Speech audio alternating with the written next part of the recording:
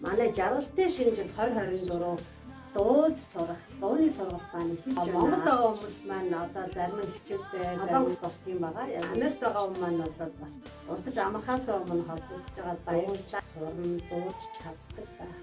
Бас өөрийнхөө одоо зүг сэтгэлийн илэрхийлэл болгож дуулна гэдэг бол аз жаргалтай, маш гайхалтай тийм цаг байдаг. Дуулахын өмнө гарах юм уу?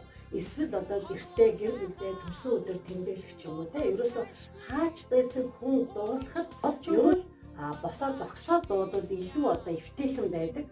Бас дуулахад дуулахгүй одоо зогсол одоо энэ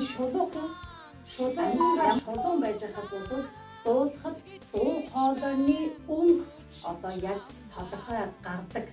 Тэгээ өөрөө ч гэсэн гоё зогсоод гоё итгэл төгс дуулахад бол зогсож байхад дуулахад бол бас